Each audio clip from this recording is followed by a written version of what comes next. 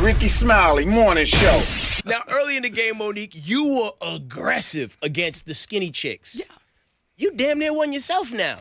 Do you still ride for the big girls, or like once you go full blown team skinny, you going at the big girls? You know what's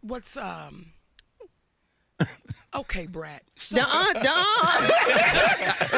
went to this because it made me say to myself, because right now I am still between 198 and 210.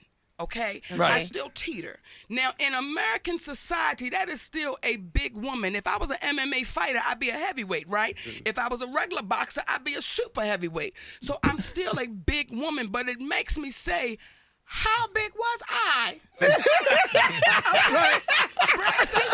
I'm with you. How big was I that now they look at me and say, you're skinny? Well, damn, that's all I can say. Well, I watched a couple of episodes of The Park. Yes. And I watched when Nikki would be walking away. I said, well, damn.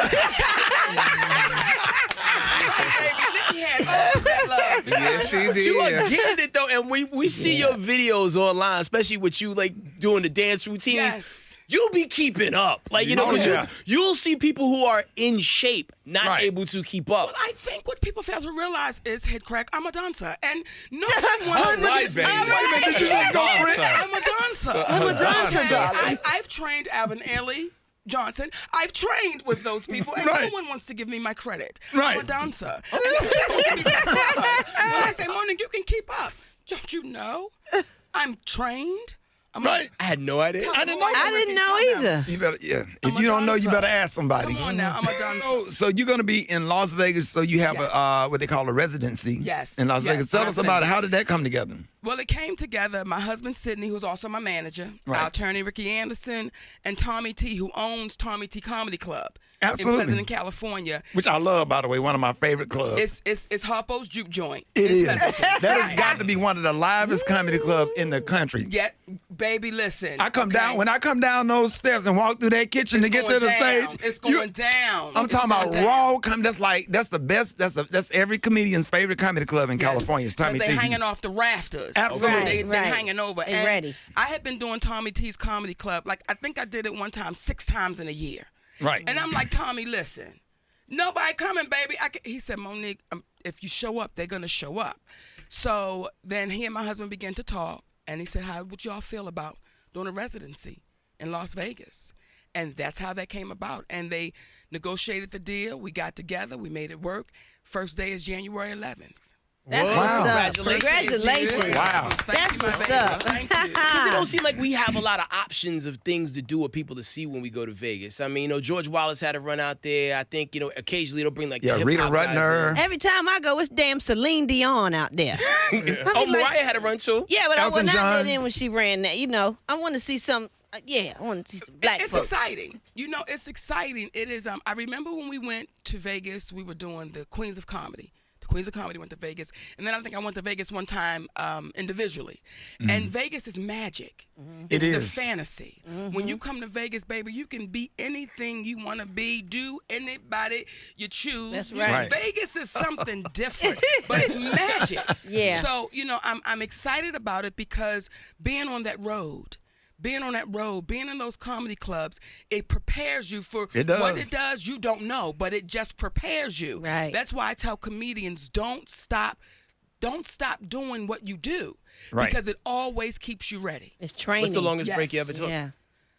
The longest break I've ever taken was when I was 5 months pregnant, and I had to come off. I had to stop until I had the babies. That was the longest break I've ever taken from doing stand-up. Yeah, those comedy clubs make you just a raw comic. So I don't care what situation you end up in, you know how to, come out of it. And I'm going to tell y'all something with this residency. See, this is how we do ours differently. I don't know if they do bus trips to see Celine Dion. I don't know if they get together and say we're going to run a bus trip, but y'all know how we do it in our neighborhood. yeah. Right. We run bus trips. Yes. So if you're 5 hours in a bus, come on, run your bus trip. If you got a plane trip it. Right. But come on down because it's a different kind of thing. It's something different. It's going to be something different. I'm coming. Come on, Ricky. That's gonna be Right, fun. we're going. We going. I mean, because We're you're gonna be going. out there almost the whole January 11th through February 28th. That is Actually, a run. that's been changed. Uh-oh, now. It starts January 11th, and they said, Monique, as long as you want to show up, is as long as we'll have you. Oh, Wow. That's what's So up. we're really excited. And to the SLS Hotel, we say kudos to you, because to be the first black female comedian in the history of Las Vegas to have a residency, that says a lot about the SLS. I love the Yeah. SLS. That says a lot So about nice. the SLS. So really excited, y'all. It's going to be a great time. And So are just, you gonna add like some? I know you know more than just stand up comedy. You're gonna do some dancing. You're gonna get them. You know. I'ma tell you She ain't gonna something. tell us. She ain't gonna tell us. I'm going to tell you, Brat. Okay. I'm that kind of comedian. I'm going to tell you, because I shares with Brat. You can't share with everybody. I'm going to share with you. Can't tell Gary certain things. You can't do it. You can't do it. You know what kind of comedian I am? Give me a microphone and a light And you turn and it say, on. let's go. Yes, that's You know, right. when I've watched the greats, and when I've watched Richard Pryor, and I've watched Red Fox, and I've watched Eddie Murphy and LaWanda Page and Moms Mabley, and you watch these great legends, it was a microphone, baby.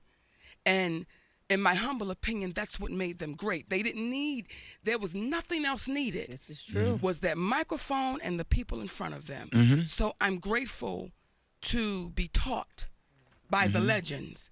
Though they didn't even know they were teaching us, they were teaching us. Wow. Damn, that's impactful. And the fact that you guys got to see them all, like y'all lived in a time of Red Fox, y'all They lived in a live- time of Richard That's Pryor. all in.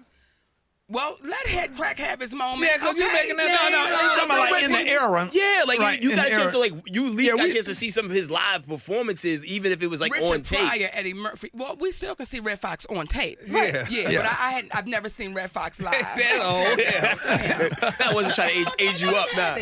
Okay. No, but Because Boney, Gary was sitting at the Last Supper with Jesus watching the So he mad comedians. about it. He Yeah, mad I'm like, about no, they it. ain't that old. Before Christ. he was there when they added sound to film and colorized and everything. The Rickey Smiley Morning Show.